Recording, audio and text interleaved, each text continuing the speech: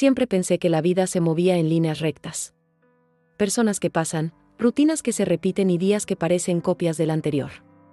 Pero durante casi un año, entre las 7:42 y las 8:07 de cada mañana, mi vida tuvo una curva inesperada que nacía en el vagón 3 del tren.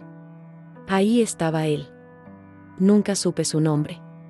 Solo sabía que tenía unos 30 años, una presencia discreta y una mirada que parecía vivir en algún lugar entre la melancolía y la curiosidad. Yo subía al tren con los mismos pasos de siempre, la misma mochila, la misma sensación de que mi vida era un borrador eterno. Él siempre tenía un libro en las manos.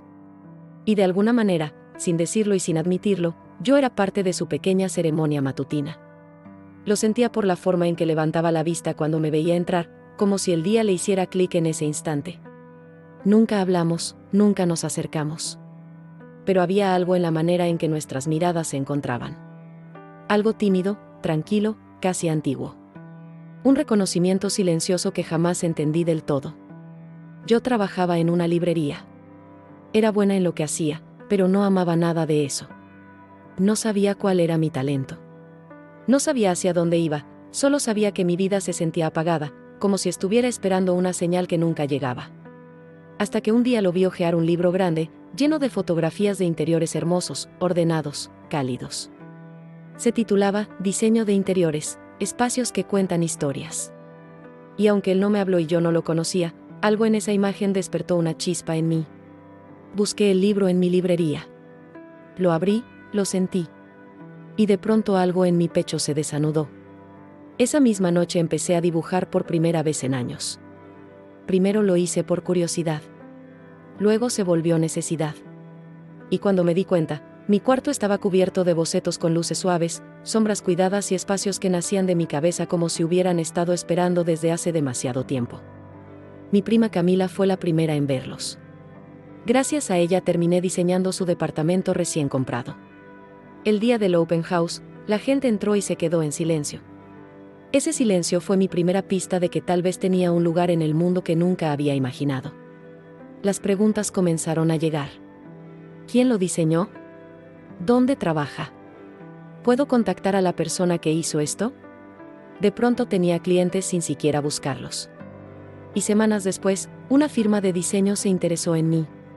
Me contrataron sin entender cómo alguien sin estudios podía crear espacios tan cuidados. Mi vida cambió en 3 meses. Y aún así, cada mañana, seguía tomando el tren esperando verlo. No por necesidad romántica, o al menos no solo por eso, sino porque él era la chispa de mi inicio. La señal que yo necesitaba sin saberlo. El puente que unió mi pasado con mi futuro. Entonces llegó aquel viernes. Ese día había decidido hablarle por fin, así que llegué nerviosa, temblando un poco, pero con el corazón abierto. Y cuando él subió, supe que algo no estaba bien. Tenía los ojos rojos, no llevaba un libro, tenía la mirada perdida.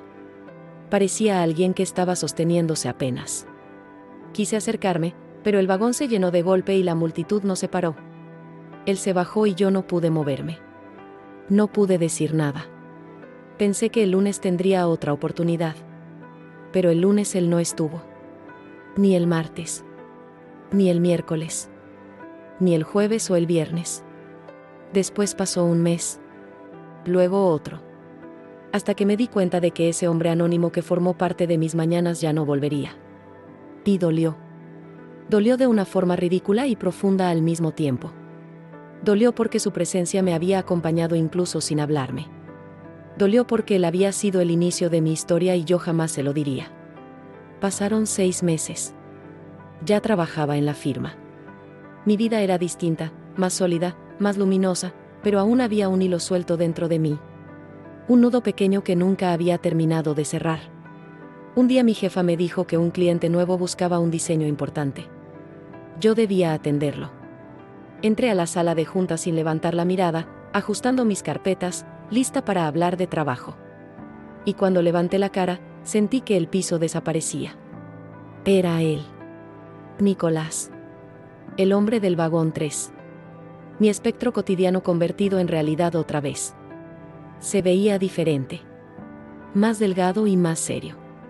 Con una sombra en los ojos que no estaba antes. Pero aún así, era él. Él me miró con una mezcla de sorpresa y alivio y dijo, «Hola».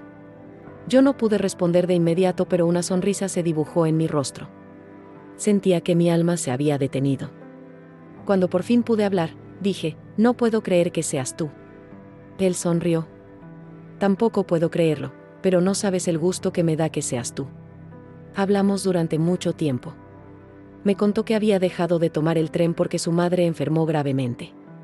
Que el día que lo vi tan roto iba camino al hospital. Que vivió entre pasillos blancos, noches sin dormir y días que no recordaba bien. Me escuchó hablar de mis dibujos y de cómo empezó todo, de lo que había nacido sin que ninguno de los dos lo supiera. Cuando vio mis proyectos, se quedó en silencio. Ese silencio me dijo más que cualquier palabra. Nos hicimos parte de nuestras vidas de forma natural. Él se volvió cliente, sí, pero también presencia constante. Conversábamos, coincidíamos, nos descubríamos. Era un ritmo lento y perfecto, como si ambos hubiéramos estado ensayando este encuentro por meses sin saberlo. Un día, después de una reunión, él me preguntó si quería tomar un café. Y yo ya tenía la respuesta desde antes de que terminara la pregunta. El viernes siguiente, a las 7:42, esperé en el vagón 3. Él subió. Se sentó a mi lado por primera vez. Me miró con la suavidad de quien encuentra por fin lo que llevaba tiempo buscando. Nos saludamos. No hizo falta nada más. Mientras el tren arrancaba, entendí que nada de esto fue casualidad. Que hay historias que se escriben con silencios. Que hay personas que te cambian la vida antes de saber su nombre. Que a veces basta una mirada para que el mundo empiece a moverse donde antes estaba detenido. Y así comenzó todo. No con palabras, sino con un reencuentro que ya llevaba meses esperando. Gracias por escuchar esta historia. Si te gustan este tipo de relatos, no olvides suscribirte y activar la campanita para no perderte ninguno. Nos vemos en el próximo video.